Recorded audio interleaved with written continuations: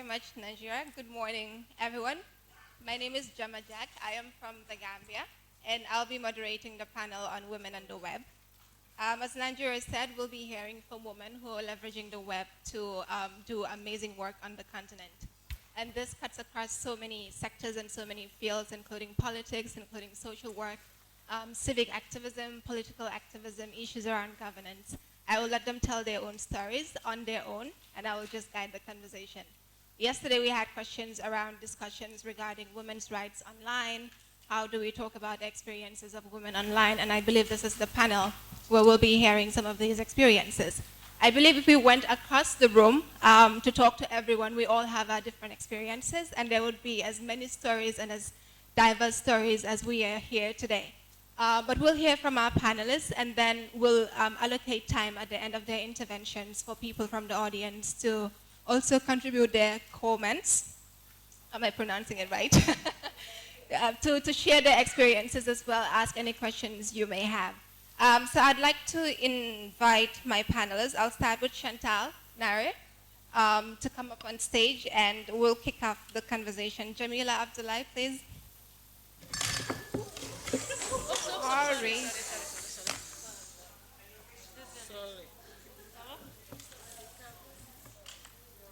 Sorry.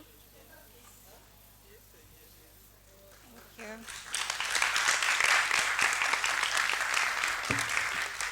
Josephine, Miliza, Kudzai, Mubaiwa, and Prudence, Nyamishana, please. Thank you.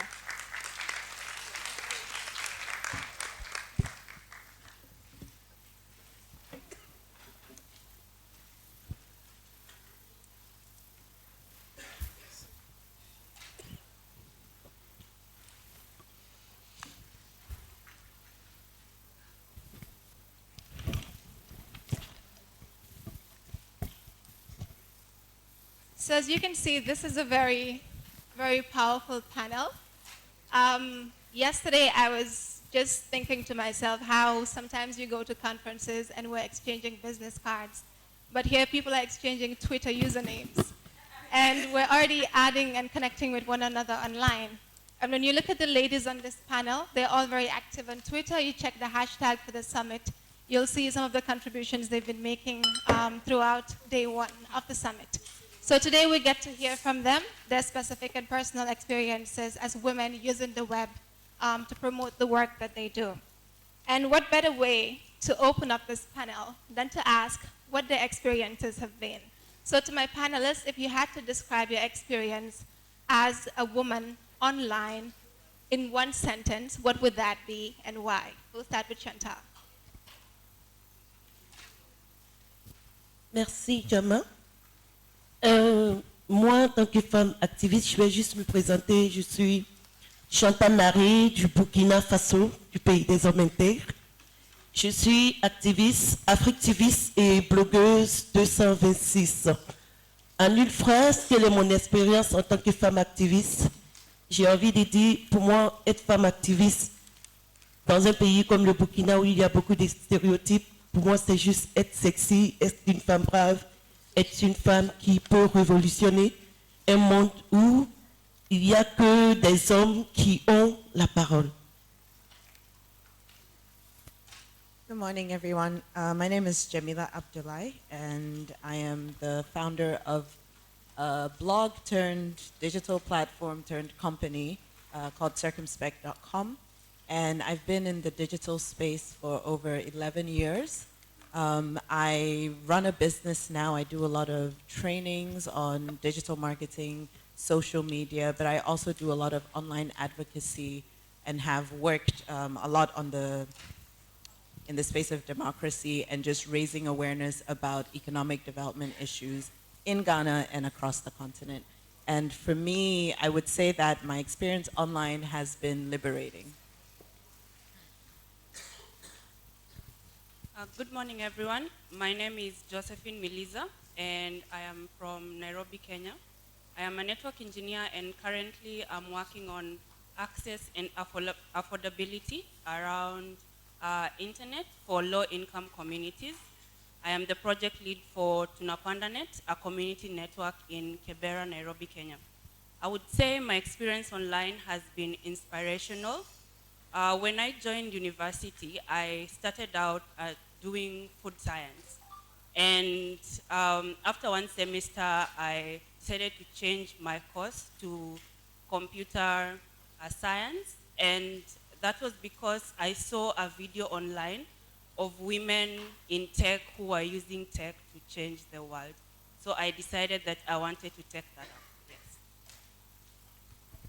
Morning, ladies. My name is Kudzai Mubaiwa, and I am based in Naré, which is the capital city of Zimbabwe.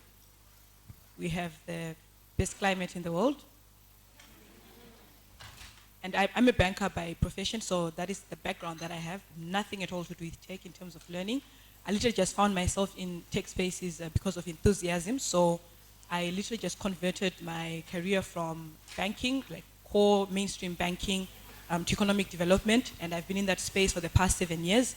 Presently, I'm a co-founder of a space in Harare, which is called Eyes on Hub. And we literally just run a space that runs on a payoff line that says enterprise development in the digital age. So we focus on perhaps, I'd say 4 things. Number 1 is business skills training. But number 2, and this perhaps is of more interest to you, is that we combine our business skills training with what we call digital skills, or we basically just teach the web. And then the third thing that we do there is we then do business incubation. And then last but not least, we've recently started up a maker community, stuff around 3D printing and stuff like that. However, never mind this kind of background. Today I'm going to speak more around my link with the web and how I used it in our recent election. So Zimbabwe had a recent election. You do know that we let Mugabe go, and we had elections sometime in June this year, and I was running for local government. So I'll speak mostly on this panel around my experiences with how I was able to leverage the opportunity of the internet in running my campaign. My name is Prudence Nyamishana, and I am from Uganda. I do a lot of things online, but I was a teacher, and after my tenure of 2 years after teaching, I said, no, I think I can do something else. So I started writing for Global Voices in 2013, and ever since I've been just lighting fires online. I started with my own blog, Nyamishana.com, and I was just challenging taboo, just poking. I kept poking, provoking taboos, starting from hair to just documenting stories of sex workers, and now my projects online. Then I was sick and tired of people asking about Uganda, about Amin. I don't even know Amin, how he looks like, but the older ones ask about Amin, then the younger ones about Connie and all the chaos that they see on Al Jazeera and BBC. So we decided to challenge stereotypes and started thisisuganda.org. We profile cool people that are innovating and outside the box kind of things. And then, so now currently with all the projects, once I start a project, mentor others, they take it over. Right now, I continue to write for Global Voices, but I also am running a project. It's storiesforhumanrights.com, and we are provoking government to account for human rights, because we believe that the person is political, and if they don't care about one Ugandan, then they failed. So currently we are profiling stories of prisoners, human rights of prisoners in Uganda. So my experience online is not as pleasant. Some mornings are fun. There are lots of interesting things, memes. Other times are serious research. Others it's war, like war against certain things. As I'll be sharing later. So for me, it is chaotic sometimes online, and yet empowering and fun. So it's chaotic, it's empowering, it's fun, it's liberating, it's inspirational. Jemila, you are a social entrepreneur, and I would say the brain behind the award-winning Circumspecte. How would you say the web has helped or hindered your right to express your entrepreneurial agency, what are some of the observations and the reflections that you have and the experiences that you've built on in your journey towards developing Circumspect into what it is today? Thank you, Jama. So I should say that when I started Circumspect, I didn't expect that it would become a website, award-winning, or even a digital company. I thought I would end up more on the policy track or public service track, and never imagined I would be in business. But that's precisely why Circumspect has been very liberating for me, because it has allowed me to explore different identities. It has allowed me to try new things that I probably wouldn't have thought of trying. And it has also, along the way, taught me things that are really valuable to the work I do today and to the services that I give to other people. So I'll give a quick example going in line with the question of women and girls. There's a group here in Accra that started off as a book club for young girls in Nima, which is one of the majority slum communities in Accra. And they were trying to raise awareness on teenage pregnancy, child marriage, and a bunch of other social issues in that area. And they're called Achievers Ghana. They started off as Achievers Book Club. And a friend of mine who I went to school with told me about them because she was working with them in some capacity. And the fact that they were not able to get the kind of visibility that they needed. So after hearing their story, I decided to have a conversation with the co-founders, one of whom at the time, she must have been 12 years old, and she started Achievers when she was, I think, 11.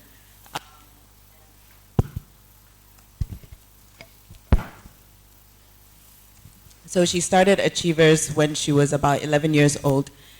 So I just had a Skype conversation with them because I wasn't in the country.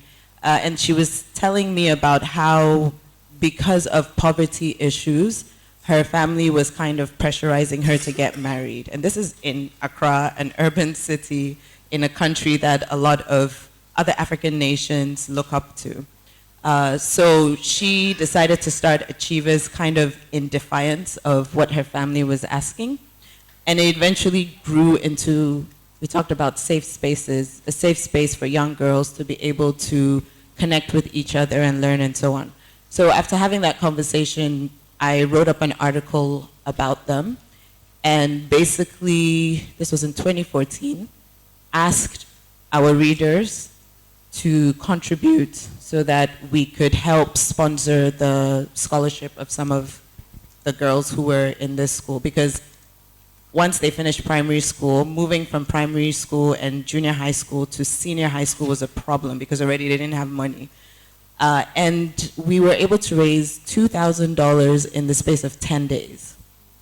And this was, we didn't use GoFundMe. This was a little before it became very popular in Ghana. So we weren't using GoFundMe. It was primarily on Circumspect. And it was primarily readers from across the world who contributed to this. And through that, we were able to sponsor the scholarship for the full academic year of 7 girls, right? So for me, this is an example of some of the work that I'm able to do, primarily because I am able to have that space online, able to connect with people beyond borders, which I think is very important for us African women, and able to also feed into some of the stories that are universal, really, when you think about it. Thank you very much. Kudzai, during the last Zimbabwean elections, like you have shared, you ran on an independent ticket to become the ward councillor in your area. And I think as far back as 2016, you launched your campaign, at least on Twitter, and declared your intention to run for this political office. What was that experience like, leveraging the web as a campaign tool for your elections? So I must say that the opportunity of the internet is something that I can never really downplay. I'm sure most of us who are from African countries here, which is really most of us in this place, would know that it's not that easy to convince people to come and gather in one place and to have so many people, like thousands of people, or even dream about getting millions of people in one place physically. And so for me, I found that in launching my campaign, number one, in announcing, I basically just went to my Twitter platform and opened up a Facebook page, or actually first announced from my own Facebook profile, and just said, you know what, there's elections coming in 2018. I'm presenting myself as a candidate for my local ward, and I'm running for council, and it's a ward called Ward 6. And straight afterwards, I went up and opened a Twitter page for a Twitter account for Ward 6, a Twitter page as well. Basically, I would say that the opportunity of the internet gave me a platform to be able to announce to people who would otherwise not have heard me. And trying to convince people would obviously have a cost. Trying to convince people would have a whole lot of burdens around it. But it was quite easy just to get word round. But not only that, I was then able to build on that by beginning to raise awareness of initiatives I started doing. And I have to be very quick to say that the internet is not a do-all sort of a platform as far as I could tell. Obviously, you have to feed content, and the content had to come from offline activity. So I would not want people to have a feeling that, look, once you just get onto the internet, it's in the bag. Because we did have a whole lot of independent candidates who were extremely disappointed when they didn't make it, because as far as they could tell, look, I had 150,000 followers. How can I not win this election when I only needed 10,000 votes? So I actually found that the relationship between what you have online and what you have offline is quite different. It's a completely different whole ballgame. So for announcing, and certainly for raising awareness of the things that we were doing, that really helped. But I think for anyone who's coming in as a rookie or as a completely new player in the field of politics, certainly the internet would be a great place. So I was actually laughing yesterday, I think it was Gigi was talking about how even in the Kenyan experience, there are people who would speak about their own campaigns online, and being women, perhaps they would go for the first angle where you dress up in a certain way. And for me, what I simply did was, as much as possible, I would put out content in text, but videos were the most popular. And so I would make sure I would do a 2-minute video on Twitter, a 2-minute video, the same video on Facebook, and just to continue to talk to the community, raise awareness on the things we're doing, raise awareness on my intention. So it was really exciting, I must say. It was exciting. So to just hack the whole issue of how people perceive you and look at you, I would wear the exact same dress, and I would literally try and have the exact same hairstyle, so that the issues ceased to be about me. They would be forced to think about the things that I was saying. So as a first, perhaps, submission, I would say it's a really exciting ride. Perhaps the only downside was the fact that you would get a lot of pushback, which was negative, and I could tell that it was male. It was male. But I think for me, I was quite fortunate because I came to the internet with my real name, and when it came to ghosts, I would tell them straight up, you're cowards. Bring your real name, then we can talk about it. Or number two, and this always worked, if I really was under pressure, I would say to someone, look, I've heard what you're saying online, let's take it offline. Let's meet. And not a single one ever turned up. Because I was going to ask that question as well. I saw beneath one of your tweets where you presented your plans, a guy, of course, came in and said, what are your qualifications? Are you married? Did you see that? And if you did, how did that make you feel? Because I know there's a lot of pushback against women who are very vocal and very visible online, and this has forced some of these women off the spaces on the web. And we're talking about getting more women online.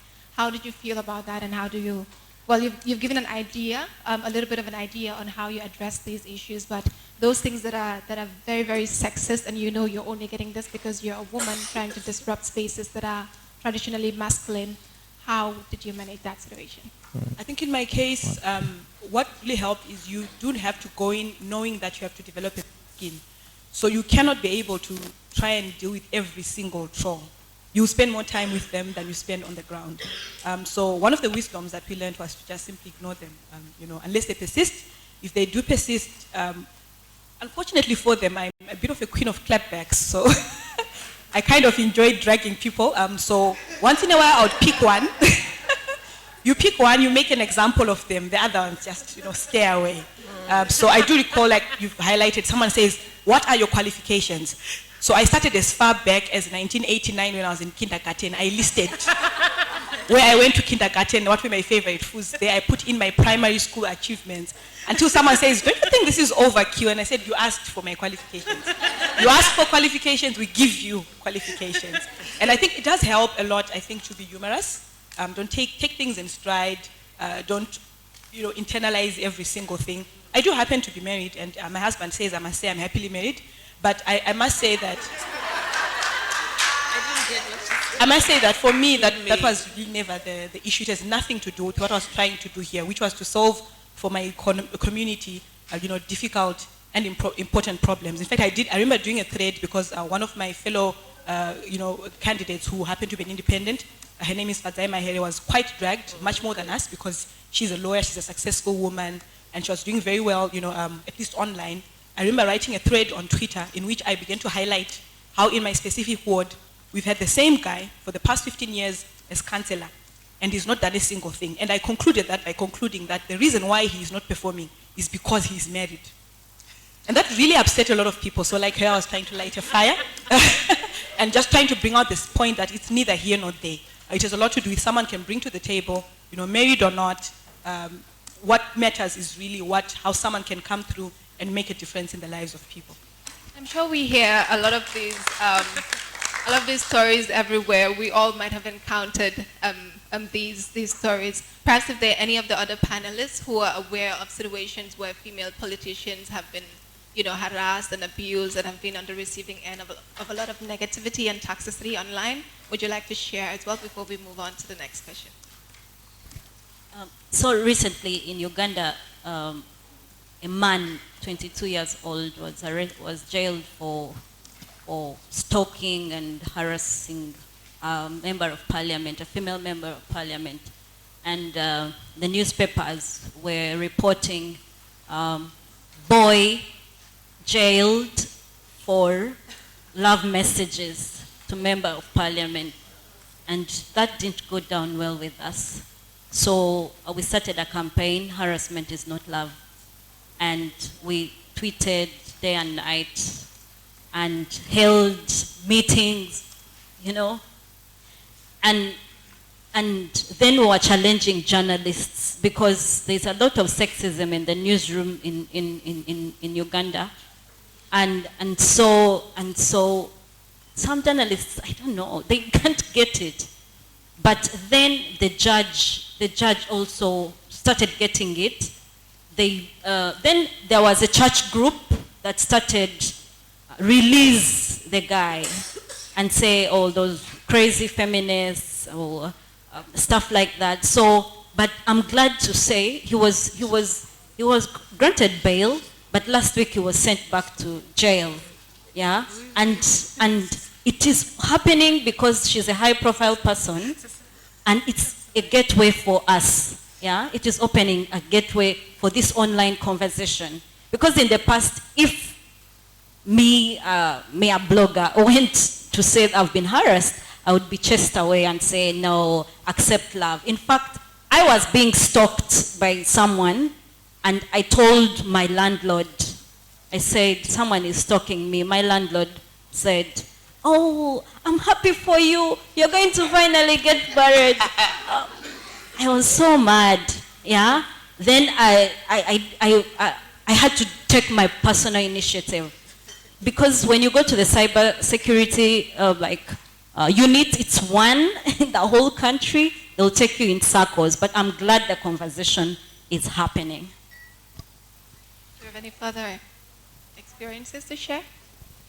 I would like to share an experience from Kenya where recently the members of the county assembly in Nairobi voted out the speaker of the county, who was a woman. And the issues around it were that she was blocking them from going to trips, like they wanted to go to the US for benchmarking, and she was stopping them from going there. But for me, I think what was more interesting was that it was actually fellow women who were accusing her of such, who were making the accusations. And even during the vote out, there are women representatives, but I think it was one or two who stood with her. So the question really is, are we our own enemies? Like, at what point do women support each other, and at what point do we stand for, what we think is right? And that is a whole conversation on its own. We see how sometimes that is also used as a distraction technique, where people are saying women are women's enemies, you are your biggest enemies. But we also understand that all of this is rooted in patriarchy, and that we're just secondary vehicles of the systems that we've been socialized to accept as normal. Jemila, do you have a contribution you'd like to share as well? Yeah, I think in the context of Ghana, what tends to happen when women engage in policy discussions is a reduction of whatever it is they're saying to their sexuality. And we keep seeing this time and again. I'll give an example. There's an actress called Lydia Forson, and she started her blog maybe like about a year and a half, 2 years ago, and she's very vocal on a lot of social issues and has actually gone as far as criticizing some religious leaders in some instances. And when it comes to religious leaders, Ghanaians don't like it when you touch their religious, touch not my anointed. That's basically what they put forth. And so for her to do that was regarded as being arrogant on her part or being aggressive, and really, like you said, distracts from the real conversation, which is, why are you putting in place these policies? Why is this happening in the church? Why aren't we involving women more in leadership, or whatever the issue might be? And I think that's a tactic that is used continuously across the board, not just in Ghana. I've heard of other cases in other African countries where they automatically reduce us to that element of sexuality. And one thing that I've learned to do, because I do talk a lot about policy issues, is regardless of whatever it is they're saying when it comes down to sexuality, so long as you're backing up whatever you're saying with facts, or sometimes you might have to step away from, I'm the one saying this, to say, here's another authority that's saying this, and you keep bringing it back to that, even if they want to troll you and, you know, say whatever it is, make it a question of defamation, at the end of the day, the facts still remain. And when they cannot respond on the facts, then the people around will realize that it's not about whether I'm sexy enough or wear a low shirt or whatever. It's about, you can't actually respond on this issue, and that says something about where you are coming from. And I think more and more of us need to be able to do that and not necessarily react very strongly to the first comment, because that's their default. We've seen it time and again with rape issues in Ghana even, where they totally sidelined I think she was 4 years old, was raped, and there was a whole campaign that was brought up in order to bring the gender ministry's attention to it.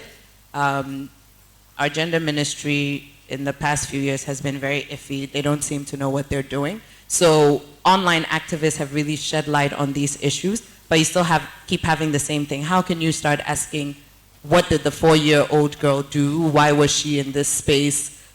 Where was her mother? Like, that whole narrative. And so I think it's very important to be able to identify that it's a tactic. That's a tactic, and that's how they distract. They try to make it about you being a sexual being and not being someone who has a brain, who has insight, who is probably has some level of expertise. Merci, Jama. Ok, je suis aussi d'accord avec Jama quand elle dit que c'est un piège, en fait, les stéréotypes.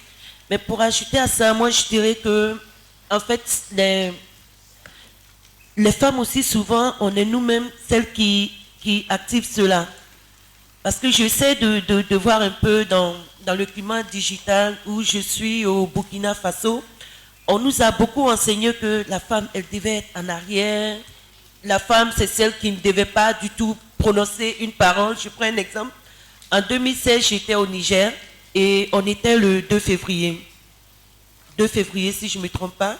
Et le 2 février, c'est la journée internationale de lutte contre les mutilations génitales. 6 février, merci beaucoup Jama, 6 février. Et donc, moi, je reste dans mon coin, je reste dans la guest house jusqu'au soir. J'essaie de voir comment les hommes vont nous soutenir dans cette lutte. Donc, j'observe jusqu'au soir, il n'y a rien. Et même pour certaines femmes, personne ne tweet là-dessus. Et même quand on tweet des choses là-dessus, personne ne répond. Je mets une photo de moi dans la caisse en train de faire un truc avec un t-shirt de Thomas Sankara. J'ai beaucoup de likes, de commentaires, c'est joli, oui ma belle, patati et patata. J'ai dit ok, aujourd'hui je vais vous choquer. Je fais juste un truc et je mets le titre Bring Back Our Clitoris, le combat auquel seuls les vrais hommes pourront s'associer. Et j'écris un petit texte et j'envoie à une amie. J'ai dit voici, je vais publier ça sur mon blog. C'est une amie, elle est féministe. Elle me dit non mais Chantal, tu es folle. Est-ce que tu penses que les Nigériens vont te respecter?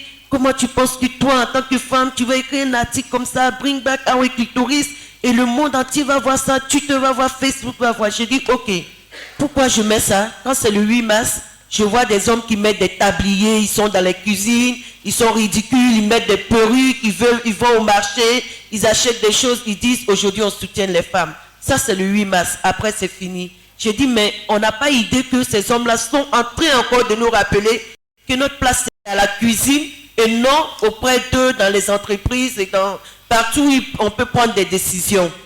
Elle me dit, oui, c'est vrai, mais tu ne vas pas publier cet article. J'ai dit, je vais le publier, je vais choquer le monde. Et je publie mon article. Les premières personnes qui ont commencé à s'en prendre à moi, ce sont les Nigériens. Mais ce n'est pas possible, ce n'est pas sexy pour une femme. J'ai dit, mais bien sûr, je n'ai pas envie d'être sexy. Personne n'a dit qu'une femme devait forcément faire ce que vous voulez pour qu'elle soit sexy. Être une femme, être douce ou être vraiment... Je n'ai pas besoin, en fait, de vous montrer que je suis vraiment une femme, Dieu merci. Mes formes généreuses, même si je suis tout le temps en basket et jean, montrent que je suis une femme. Je n'ai pas besoin de montrer cela. Donc je mets, et mes amis sénégalais aussi viennent, non mais tu n'as pas besoin de nous dire ça pour qu'on s'associe à cette lutte-là. Tu aurais pu nous dire le plus simplement possible, oui, associez-vous aux luttes contre les mutilations génitales et voilà. J'ai dit combien d'ONG ont financé ces luttes-là? Combien d'ONG ont mis en place des stratégies pour ne pas qu'on existe des filles? Mais malheureusement, au Burkina Faso, aujourd'hui encore, même pas la semaine dernière, on a encore attrapé des gens qui sont en train de mutiler des jeunes filles. Mais ce que je voulais leur rappeler, c'était de vous dire, aucune femme ne prend une décision en Afrique sans qu'un homme ne soit derrière. Parce que c'est le nom de monsieur qu'on porte. Je dis donc, derrière chaque souffrance d'un homme, il y a une femme. Mais, comme l'a dit quelqu'un hier, nous les femmes, nous avons un pouvoir d'influence. Mais pourquoi nous n'utilisons pas ce pouvoir d'influence-là pour montrer au monde, pour montrer aux hommes que là où nous sommes, nous ne voulons pas simplement montrer nos beautés ou notre belle apparence, mais nous voulons leur faire comprendre que même en tant que femme, on peut apporter un changement. Et bien parce qu'on est des femmes, on peut apporter une beauté à notre lutte. Et deuxièmement, on est dans des structures, moi je suis à Africtivistes, il n'y a que des hommes. Je sors un 2013 pour me mettre dans la rue avec des hommes, il faut faire partie, Blaise comparé. Quelqu'un m'a dit, c'est pas le travail d'un homme, tu ne vas pas te marier. J'ai dit, bon, c'est pas l'idée d'une femme non plus d'être dans un foyer. J'ai une mission sur la terre, certainement. Si c'est ne pas me marier qui va me permettre de montrer à d'autres femmes qu'il faut qu'on soit positionné, alors je ne me marierai pas. Et il faut bien comprendre que si, à cause de mon activisme, un homme ne peut pas venir vers moi, c'est que je ne le définis pas comme un homme, et ça sera super. Le jour où je rencontrerai un homme qui n'a pas peur d'une activiste, ça veut dire que c'est vraiment un homme. Mais pour l'instant, je suis fière d'être célibataire. Et alors, on marche, on sort dans la rue, on a fait la révolution avec des femmes comme Sarah Sérémé et tout ça. Mais, au bout du compte, aujourd'hui, au Burkina Faso, devenir activiste pour une femme, c'est comme une mode. C'est là où on tue maintenant notre activisme. On dit, oui, il y a beaucoup d'argent dans la lutte contre le mariage d'enfants. Je commence à bloguer contre le mariage d'enfants. Il y a la lutte ici, comme il y a de l'argent dans la lutte contre les mutilations génitales. Je commence à être... against MGM. So then now I'll be a huge advocate for that. And when you have two women in the same space, they now start fighting for a man. So I think that we the women who are committed, we the women who are called to make change, we should have the courage to stop victimizing ourselves. We should show the world, how we can bring about change through our actions. We can go to institutions and get funding. We first of all need to be passionate about what we do. We should not be ashamed of what we do. We shouldn't go about in Facebook, WhatsApp and all that and then sending messages on how to keep your husband, how to look nice and all that. All that is well and nice, but I think we don't need that as women. We don't need that as women who want to make change, who want to create change. We don't need that as activists. Thank you. You've shared some of the experiences regarding the marches and the protests you had from the political angle. So in Burkina, we have seen there's been some political shifts in the recent past. Now, bringing this back to the online space, how has this affected women's presence online? How have they used the web to amplify their political voices? So I'll repeat that. So we're talking about recent shifts in the political scene in Burkina Faso. And you've given us examples of how you came together to march on the streets and protest the regime at the time. But bringing this back to the online spaces, since the discussion is around women and the web, how has this affected, how did that affect women on the web, and how were they able to maybe amplify their voices? What were some of the challenges they faced with regards to being women, adding their voices to political discourse in your country?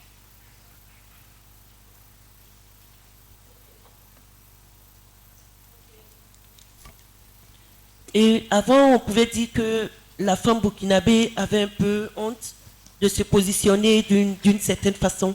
Mais j'ai envie de dire, c'est vrai qu'avant nous, on a quand même eu des pionnières, nos mamans, qui se sont battues, mais à leur façon. On n'avait pas les réseaux sociaux, on n'avait pas une certaine façon de vivre qui nous permettait, nous, de pouvoir prendre la parole au milieu des hommes. Donc, elles faisaient comme elles pouvaient, dans la discrétion. On a des femmes comme la petite sœur de Thomas Sankara, j'ai oublié son nom, mais qui était quand même très engagée. Ça va, était quand même très engagée. Who come to me and she tried to influence things in her own way, but then she couldn't really come out into the foreground. Today, since 2013, we've gotten wings, and so now we can even go to the social media. We have a young lady, Amelie, she's an investigative journalist. And there was a young girl who was raped in a high school by several young boys. And they filmed the act and published it on social media. Amelie, the investigative journalist, took the video, went to the high school and she met the attorney, the public prosecutor, the police involved, and then she tried to get to the bottom of the issue. Then she started a campaign to say no. That's, for me, that's a way of condemning what's happened, and it demonstrates maturity. We have Sanjay Nama, another example. That's a young activist.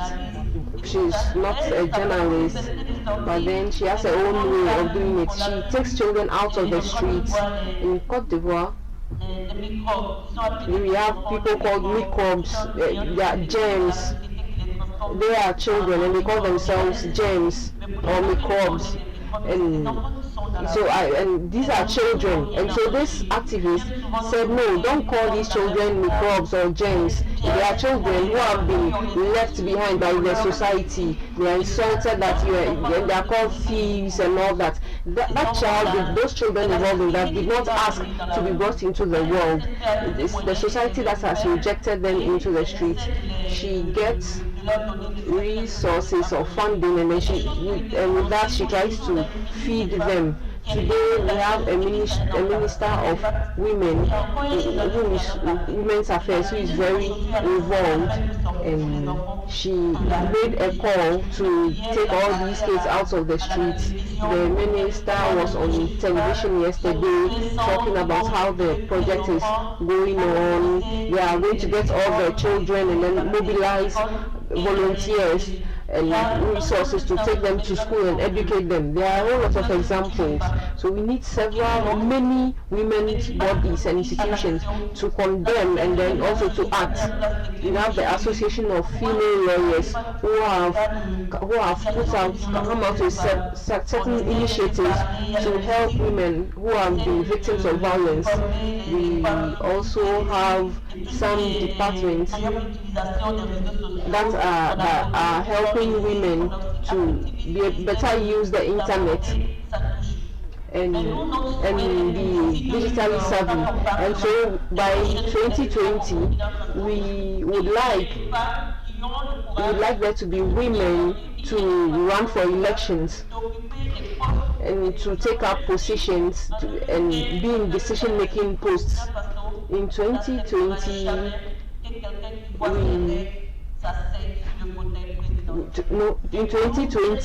we would like a woman to be able to go up to the presidency because we would like to see someone who menstruates and who can sit on the presidential seat.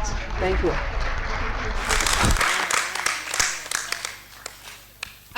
Prudence, just like in Burkina, we see a similar political situation in Uganda. And we see attempts from the government to restrict access to web spaces. And very recently, we've also heard about the social media tax and the actions that have been taken specifically and especially by civil society organizations in Uganda to fight back against these restrictions. What has been your specific experience at a personal level, but also how has this affected women in Uganda? Thank you very much. The social media tax is it's annoying, for lack of a better word, because it's a shutdown. I call it a shutdown of sorts, because at least we had experienced a shutdown, and to go around it, we use VPNs. So I only pay a tax for the MiFi that I use for work. But on my phone, I use a VPN. And because we woke up on the 1st of July and we couldn't access Facebook and about 50 other OTT, including LinkedIn, yeah? So as a blogger, first of all, I tried to go around it to pay the tax for my computer, and then I couldn't even access WordPress. I went to Airtel and complained. WordPress came back.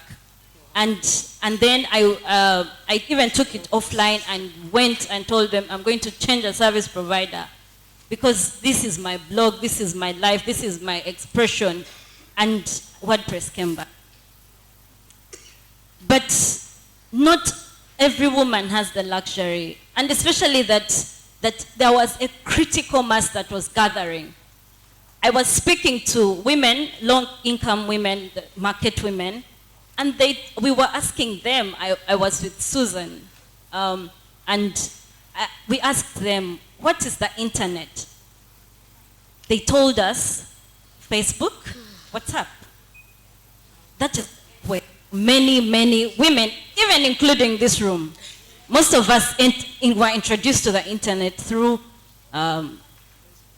Facebook or WhatsApp. So this month, I went back later after the tax, and I asked, so how is this social media tax affecting you? Then they said, I gave up on those things. I have to feed my kids first. Yeah? I've given up on these internet things of yours. Because if I am to go, then I'll go there like once on Sunday when I have a balance on my expenses. So it is a deliberate move, of course, to crack dissent. The president of a country, it started as a joke. He always a lot of decrease. Staying in power for a long time, you lose track. Yeah? So 32 years later, he's just having a conversation with journalists, and then I think I should tax this gossip. There's too much gossip on social media. I am going to tax it. So his intention later, because international community donors that give him money started saying, why are you taxing social media? Then he said, to raise revenue. And the World Bank said, oh, we welcome that. So he plays them as well. So the critical mass that was gathering has been cut out. And then there's an increased spread of misinformation. Because very many women spend little time online. So they don't have enough time to verify. I was eavesdropping a conversation. I was at a hospital and nurses were just catching up. And they were discussing a misinformation that someone tweeted that were bots. So someone took a screenshot and the screenshot made it to WhatsApp. And it was making rounds. There's a young man, a musician turned politician, who was tortured in prison. And the government was saying that he wasn't tortured and he was faking it. And the nurses were saying, what a shame, that young man faked the torture? And I said, that is misinformation. Like, I couldn't keep quiet anymore, even that it was dropping. And then they looked at me and like, who is this? Yeah? But because of that, remember when there's a misinformation, you first verify, go to a TV station that is tweeting or a popular person that has credibility. That is not a luxury anymore. Then these social media tax and the shutdowns, they stifle freedom of expression. Yeah? Because you're on the internet, limited time. The tax is very, I don't know. I know they thought through in terms of stifling a dissent, but did they think through what they were doing, really? Because even if you pay the tax at 10 p.m., by midnight, it expires. Yeah?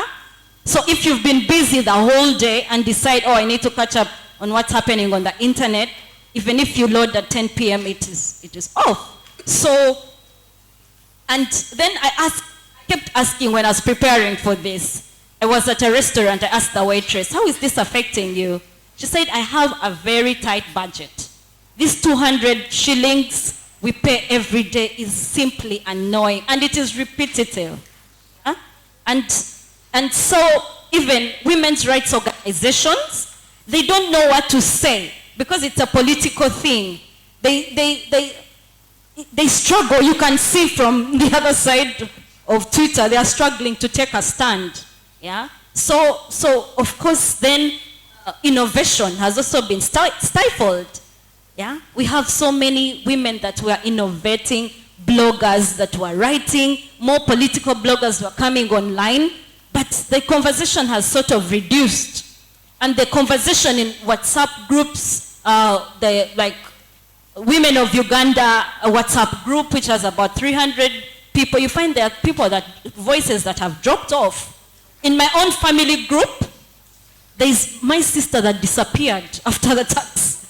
Where did you go? Hey, it's like, how do they pay this tax? I was like, no, use VPN. VPN? She's not tech savvy.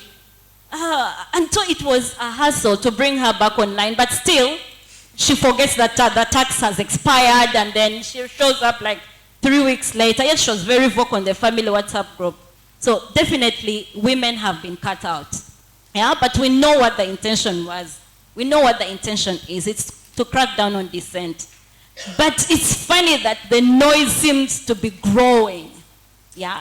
The noise that the government has been trying to cut out is growing. In fact, the positive side of it is we see women mobilizing. Yeah? There is a women's march that happened in May.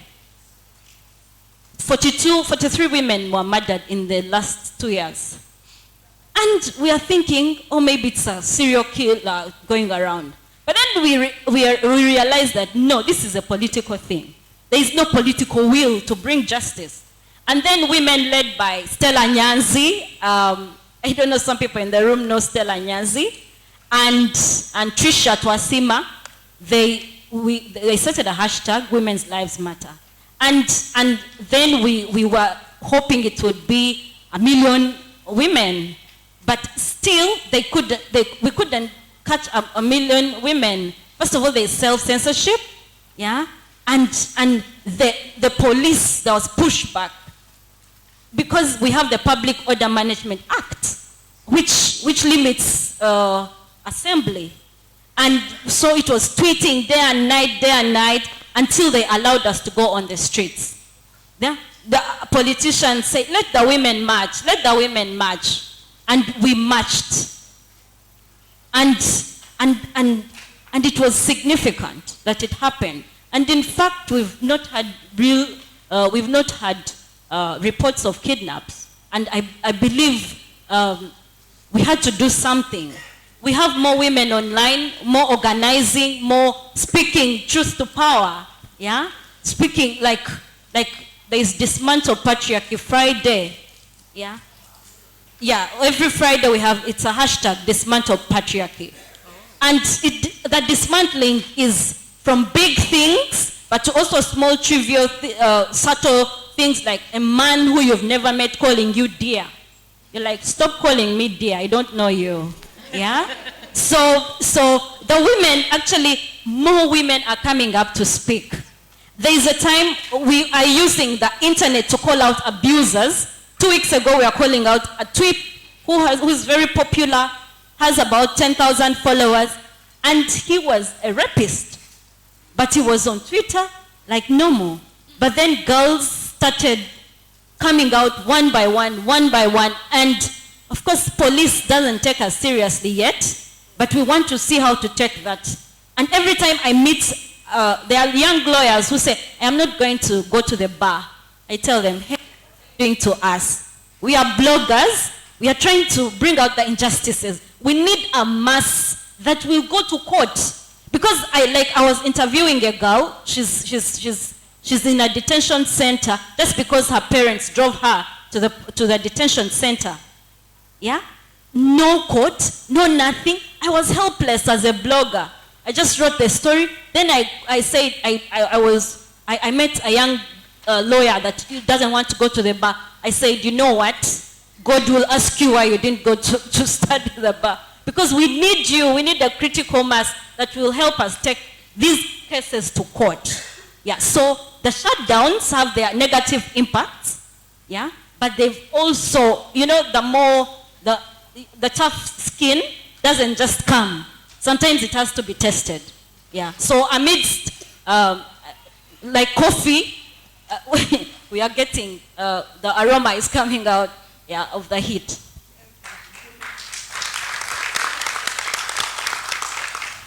And we keep talking about dismantling and deconstructing and disrupting. And I believe women doing this about their rights begins first with an awareness of these rights and understanding that this is my position in society, this is the power I have, this is the power of my voice, and then moving forward to use it beyond the physical space, but taking it online as well. Josephine, you are a network engineer, and you're using your skills and your expertise to support women and girls in the areas of literacy, in the areas of leadership and other skills development. You've also had initiatives where you've supported women with the tools and the opportunities to have their voices heard in the political field.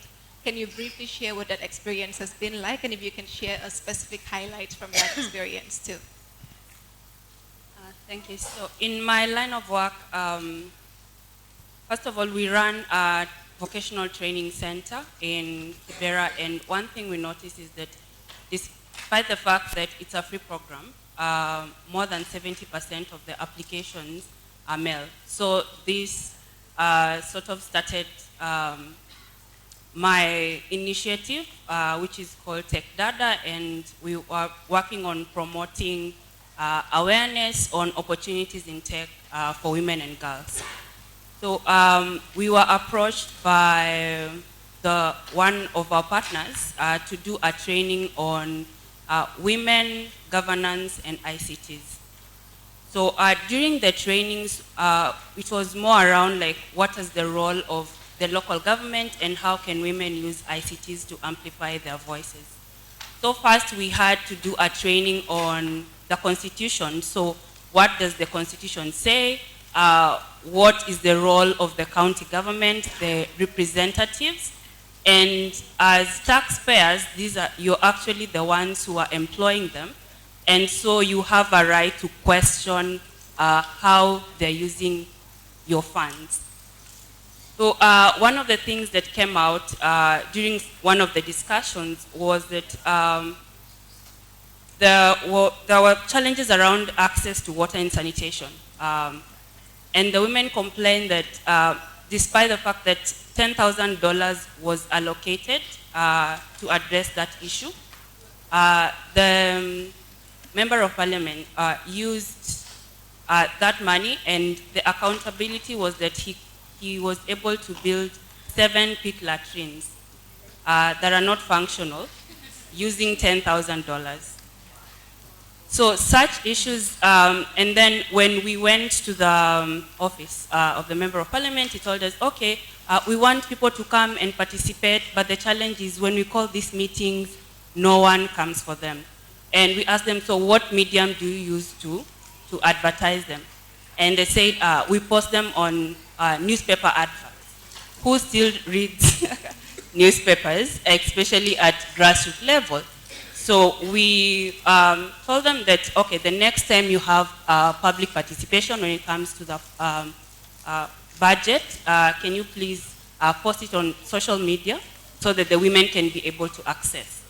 And then we went back to the women and trained them on how to articulate their issues during these meetings. So one thing we encourage them to do is that when you hear the next announcement for the public participation, please gather yourself, share the issues that you want to be addressed during that meeting, and then choose one representative who will go and speak on those issues.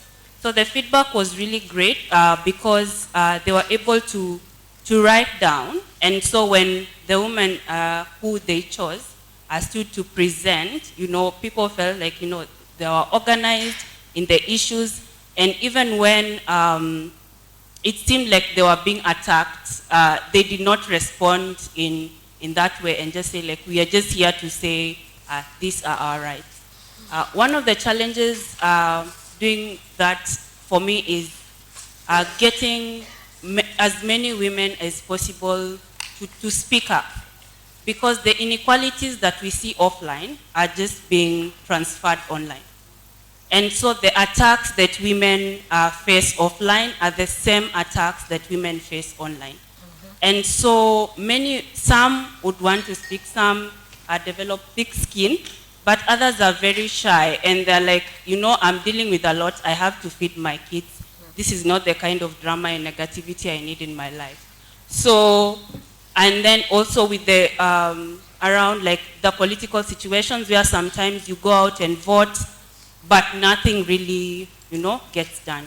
So it's really thinking through like how do we create solutions with such challenges? How do people continue to give and work towards something even when the results are not like immediate, and knowing that you're doing something which you might not see it come to fruition in your generation, but in the next generation they'll actually get to enjoy.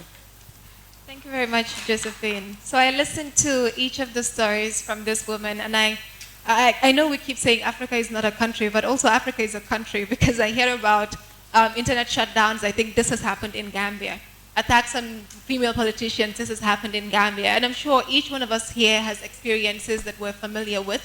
If it's not happening in our countries, we're paying attention to the movement building that's happening in other countries around these issues. So I'll open up the space for comments and contributions and questions from the audience. Let's please try to keep them brief so we can get as many experiences as possible from everyone. Nenna. You can please use the mics on your table. Thank you very much. I've been tweeting away like mad, because this is a panel close to my heart. My name is Nenna. I come from the internet. I wanted to talk to you and hear you about women making a lot of money, being comfortable, being very rich, and managing it. sometime 2 years ago, I got a grant from the Shuttleworth Foundation to do anything I loved. So I had $5,000 to do whatever I wanted. And what I did with the $5,000 was to go across West Africa, 5 countries in West Africa, and speak with women. I think I met Chantal on one of those trips. And every time I went to either Cote d'Ivoire, Ghana, Nigeria, Benin, Burkina Faso, I asked that one question: is it okay for you as a tech woman to be rich? And every time, most of the answer was, yes, so I can help poor people, so I can help my family. And I was very disappointed because our ambitions are at that poverty level. So I want to ask you, eminent women, when you start earning dollars, millions of dollars, what would you be doing? What's your take on getting rich, stinkingly rich African tech women?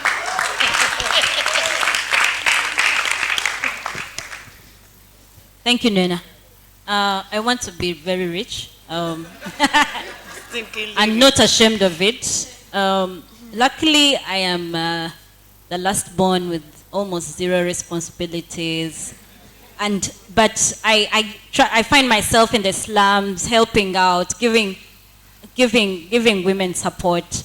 But now I'm no longer afraid if I have saved up money because I run a project. I'm no longer afraid if I've earned my salary and saved it very well to buy a new car. I'm no longer afraid of what people will think. Because I recently bought a new car and I was driving a Vitz for a long time. And then I felt so bad. Oh my God, people are going to think I squandered money, but it was my money I had saved. Then I told myself in the mirror, I have those mirror sessions. Hey, it was okay for you to drive a Vitz, but now it's not okay to drive this fancy-ish, to Ugandan standards car. Then I said, it's okay. Put on your lipstick, put your crazy hair, and drive that car.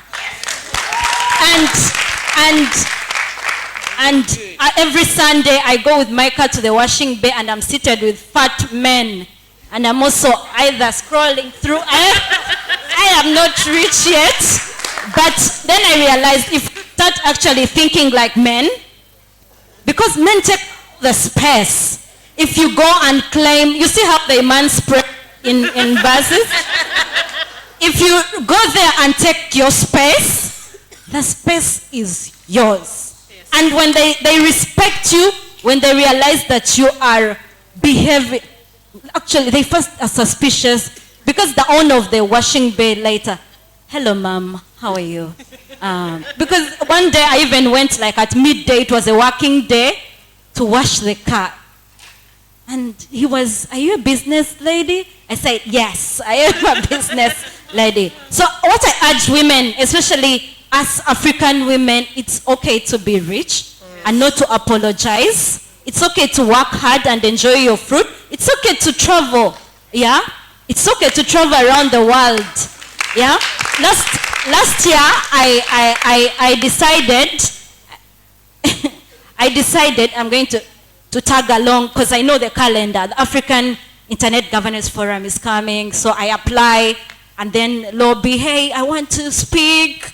And then it was in Egypt. I told myself, I have always wanted to go to see the pyramid. So I saved money, and then I had mapped out bloggers around the world, and then they hosted me, and then I was looking very rich on Facebook, posing with pyramids and stuff like that, riding camels, and it's okay.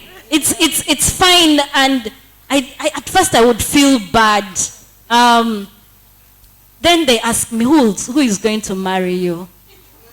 I'm like, my father supports me. At first, my father, when I was like 25, so the man. Now, me and my father, we talk about when are you buying a big piece of land. Yeah, he no longer asks me about a man. And our Speaker of Parliament is a woman. She's about 55 and she's not married. He's like, but you smart women don't usually get married. Don't be like the speaker. I was like, what are you trying to say? I was like, I love her. I like the way she bullies those men in parliament. And so having the backup of my dad, of course his patriarchy sometimes kicks in and then I kick back, but it's okay. Be rich, be confident, be what you want to be. Yeah, and I corroborate. I think coming from Zimbabwe, I am one of the few people in this room, perhaps with my other two colleagues who come from Zim as well, who can actually just say that we are actually former billionaires. Yeah, you know. Compliments of 2008, all of us from Zim have handled at a minimum $1 billion each. So this is not news to us. We are really comfortable with the zeros behind the numbers. What we're now looking to do is to restore our former glory. And so for myself, look, in my other life, I actually do a whole lot of financial wellness as part of the work that I do as a consultant. I talk to people about wealth and managing money, especially women. And I've always said there are types of tomatoes. And if I'm going to be a tomato, if I was a tomato, I would want to be the one that's called a money maker. Okay, there's a specific tomato called a money maker. So it's good that women aspire to make money. And for me, I think if I were to fall upon money in larger amounts than we did in the times past, definitely I would go for the land and building. So for me, the hashtag is simple. Hashtag secure the land.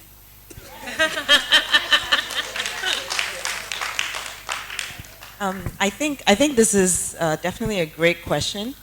And I'd like to even scale it back a bit to say one important question for women generally is to figure out what your relationship to money is. Because I think for many of us, it's either I'm afraid of it because people tell us don't have too much money, otherwise it's going to corrupt you or whatever. And then for some of us, it's I'm obsessed with it. And it basically runs everything that, all the choices you make.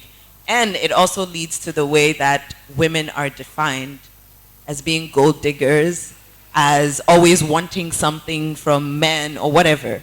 I would say that my relationship with money, for a very long time, I really never explored it until I did a campaign with Barclays Africa where we were talking about saving and so on. And then I really started delving into what exactly is my relationship with money. And when I was in grad school, that was the poorest I have ever been in my entire life, right? So poor that I had like 20 euros for the entire week, and I had a toothache, and I couldn't take care of this toothache in the middle of exams, right? And I think that was a pivotal moment for me because I was like, you know what? I'm no longer going to call myself poor because we're never poor. We're impoverished. We might find ourselves in a state of poverty, but we are not poor as beings or as individuals. There's a lot that we have to offer. And so part of that is also asking, when you say rich, are you automatically talking about money? Are you talking about wealth, which goes beyond just cash? Or are you talking about more than that, right? If I had a lot of money, I mean, I already have ideas about what I would do with it. But I think I would really try to, of course, take care of myself, because I also think this question of taking care of yourself is important. You cannot keep feeding into other people unless you are at a certain level. Otherwise, one day you're going to drop. And when you drop, you're dropping everybody you've been supporting along with you. Yeah. So that question of taking care of yourself is important. By the end of the day, it's like, what is money? Money is just value. It's just paper that we put value to, really. So it's a question of, what are you going to use this money for? What value are you bringing, either to yourself, to your family, to your community, and how are you growing that value? And I think that is really a conversation that we don't really have. We get to a point where we think we've met our basic needs, so everything is fine, but continuously pushing the edge on what's next. Yes, you've built this business, but how are you scaling it up? How are you adding value? Even if it's making money and maybe you have a CSR project and you're contributing to a charity, that's also valuable, but you need to be clear on those elements. So I don't know if I've answered the question of just added more questions, but yeah, that's my thinking on that topic. Merci. Je vais aussi essayer de répondre à la question de Nena. Et je dis merci à Jemila parce qu'elle a pris en compte un certain nombre de mes préoccupations. Donc moi, ça me fait autre chose. Et moi, je dirais tout. Et si j'avais des... If I had billions and billions of dollars, I will organize the next summit of women and of women in Moderator. That will be my first concern. That is to organize a meeting. And I would like I will say that Moderator also is open because we must go to a foreign country. The everyone must speak English because basic barrier is that they are not able to understand our story. When I arrived in Ghana, when I entered the hotel, I looked around. I saw the signs, and I said, I must try to build a house where you have the same sort of style. Before coming to this summit, I had a choice. We have been invited to go to Africa, and I had to attend a seminar of a businessman. I had to take the requirements to become a businesswoman. And when I said this African point is interesting to give me a lot of connections, but I'm also going to monitor the seminar of men and women of business. It's at the same place, it's the same concert room of festival. You have to make a choice. And I said to myself, the choice that we can actually change my life is now. Because I had an idea, it is okay, it must always move ahead of young women and say, with the internet you can place yourself, with the internet you can make a lot of money. And instead, we take the example in Cote d'Ivoire, I say, look at what they're doing there. This Nana, look at what she's doing. I'm being, what am I doing? Nobody's going to believe me. When if I don't see that, I also have, like with internet you can do something. And I decided to create a business and also a communication agency, digital communication, so that I don't have to speak, but I also act. Therefore, I set up an NGO which are defend the rights of women. So set up a business. Everything that you have learned, you can actually put it at the advantage of other young women. Therefore, I decided to come to the seminary of men and women of business. And therefore, I learned that we don't necessarily build, we don't try what we have with money. Because you can have billions, you can have a lot of money, but if you don't have a vision, if you don't have the knowledge, you cannot do anything with the money. Therefore, you can be a billionaire, but you can never build anything. Therefore, I take this knowledge that I've acquired here. I'm going to capitalize on that, and as they move forward with it, I say you must build something, but with the vision.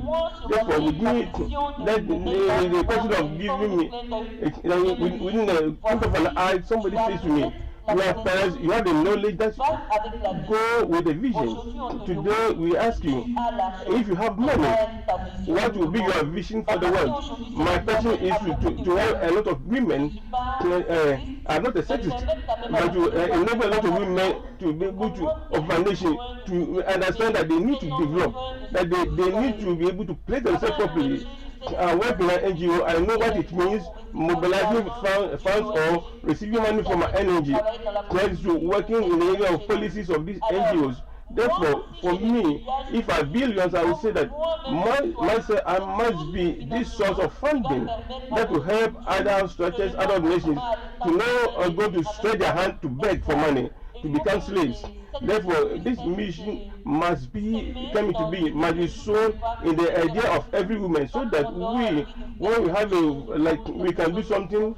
We are not going to ask for who is going to fund it and what you are going to give to the world. Thank you very much, Nina, for this question. This is my response. Thank you very much. For me, be successful and do not apologize for your success. And self-care is not selfish. We'll take the contributions. Thank you. My name is Dorothy, and I'd like to ask the panelists to comment on the use of African language in their blogs and in their communication, as well as any progress in actually developing local platforms. You were talking about using Facebook and Twitter. These are foreign platforms that we all use, and we know the data implications of using those platforms. So are we making any effort to develop platforms at the national level? Are we making any effort to communicate using our languages? And I really like to hear from you. And by the way, let me just say how inspiring. This is really an excellent panel. Thank you so much for sharing with us. So in the interest of maximizing on time, I'm not going to allow all the panelists to respond to this question. So Prudence, you are a blogger. I think you might want to, if not Kudzai, if you would want to respond to that. Just briefly, it's something that you've provoked. I'm going to start something, maybe bloggers meeting and challenge them so that we can start local languages.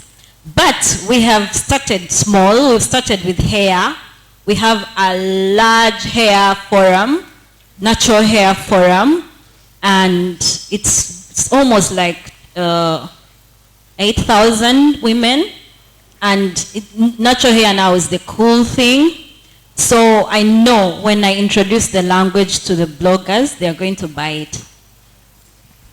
Mine was a quick comment as well, to just say perhaps, from what I know from Zim, a couple of years ago, someone tried to build the Facebook of Zimbabwe. And generally projects like that, that are the of Zimbabwe, just never take off. We've made our peace with the fact that there is Facebook, it came first, everybody uses it, let's stick with it. But we do have, obviously, groups, platforms that are in there, similar to what they have in Zim, one of the biggest women's groups, about 30,000 odd, very vibrant, it's been running for the past 10 years. It's on Facebook, and people talk in whatever language they want to speak to.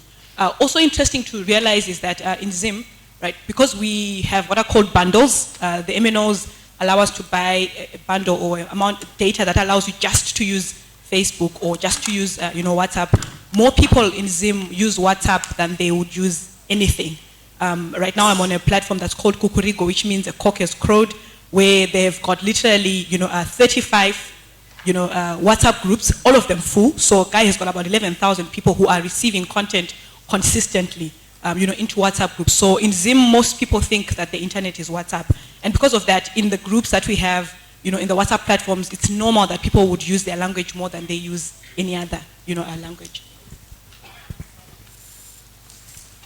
For me, I would say community networks is a way to come as a solution for this in terms of creation of local access, because for us as TunapandaNET, for example, not all the services on the network are on the internet. So we have offline platforms that enable people to be able to communicate and also to generate local content, also through partnership with the local radio station that is available only for the community. We are able to engage with people, so with the community. So for us, I think just talking about local language is that even when we were doing trainings, for example, training on constitution, we had to read it in English because it's in English, and then we had to translate it now to the women in Swahili and also a bit of slang, which is like the commonly used terms that people are able to understand. Thank you, Josephine. So I'm told we only have 5 minutes. I'll take a question here and then take you and then we'll close. So 2 questions with very brief responses, please. Bonjour. Ce n'est pas des questions, mais je veux faire quelques apports. Je commence avec quelque chose qui m'impressionne depuis hier. La semaine dernière, je me suis entendue dire, après avoir pris part à un panel où j'ai parlé du genre, des collègues avec qui j'étais m'ont dit, vous les femmes, vous parlez de genre, mais lorsqu'on va vous enfermer dans une même salle pendant 2 jours, pendant une semaine, au retour, on va trouver des cadavres parce que vous ne pouvez pas vous mettre ensemble pour faire quelque chose. Et quand vous êtes ensemble et que vous vous entendez, c'est généralement pour détruire quelqu'un.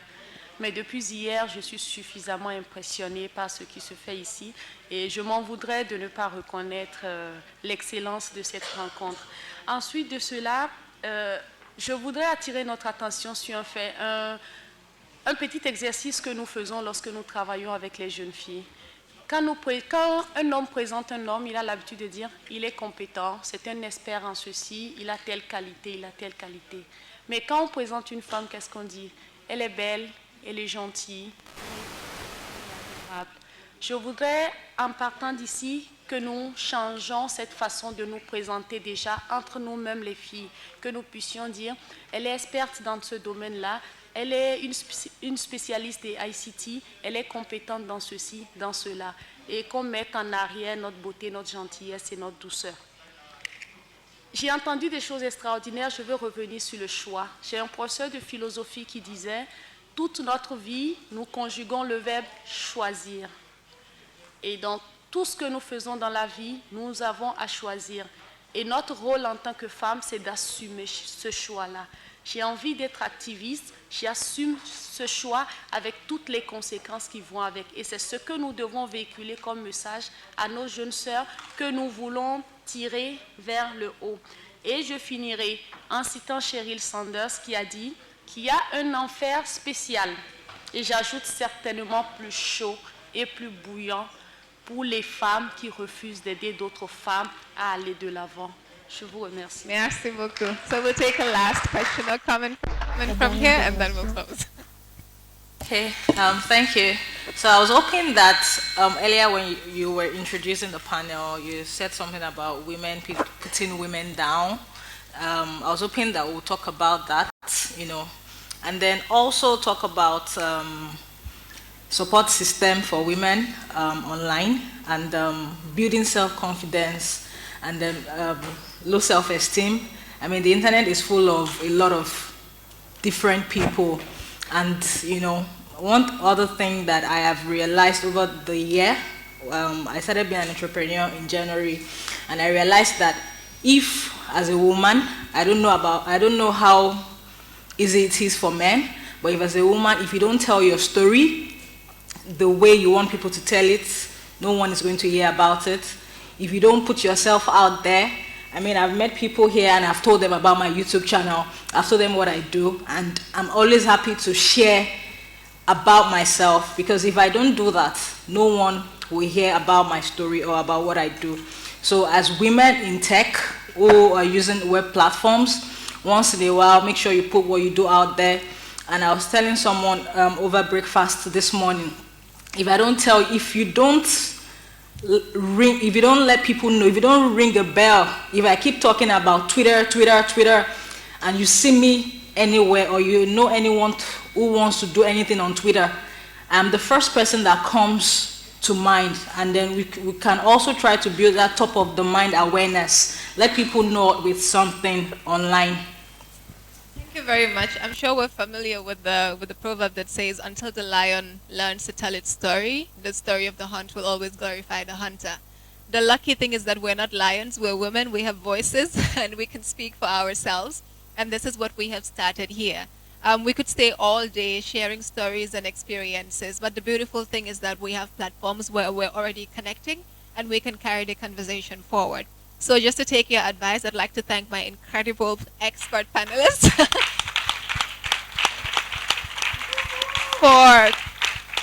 for the very wonderful insights they have shared. Sometimes it's really hard digging deep and sharing some of the personal stories that we have, especially when it relates to pushback and the negativity that we deal with. But it comes back to your point about building support systems of women who are there to make sure we're standing with each other, we're amplifying the good work that we're doing, and we're lifting one another up. So on a closing note, Chantal would just like to pay tribute to one of the activists as well, and this is the note we're closing on, as a means of also supporting women and amplifying the work that we do. Ok, merci. Merci Jama. Et moi c'est juste sommet, nous sommes des femmes, chacune d'entre nous. Or something. I know that in the world there are a lot of women who cannot use, you cannot be active. There are a lot who cannot actually show their open face like me and you. There are those who cannot talk about their story, they can't tell their stories. who cannot, the women in Saudi Arabia, Islam, who was arrested in 2015 and been sentenced, and every 28th October, people can also correct me that her fate will be determined, and if she is condemned, she will be decapitated. We are all women. The IP that I would like is that we must start with a hashtag to draw the attention of the Saudi authorities to say that this must not happen. If this happens, it will be a very bad thing for women. It will be a shame for the world. That is my appeal to you. Thank you very much. That's the note we're closing on. The message is really, let's keep the conversation going. We have the spaces, we have the advantage, but also take a step further to get out of our privileged positions and engage people who do not have the opportunity to come here. It's been an honor for me. Thank you very much. Thank you, Jama. Thank you for excellent moderation, and thank you all for participating. I do feel very bad cutting this off, but we have even hotter sessions on that social media cliffhanger, so you need to come back for the next session so you can hear about some great work happening. So we're going to try and do the impossible now. We're going to try and have tea, coffee, selfies, refreshments in 15 to 20 minutes. I'm being commenty with the time, so that we can start the other session and keep the day going. So if we can grab our coffee and come right back in, so by 11:40 at the latest we're starting, will be great. Thank you once again, lovely ladies, and enjoy the break.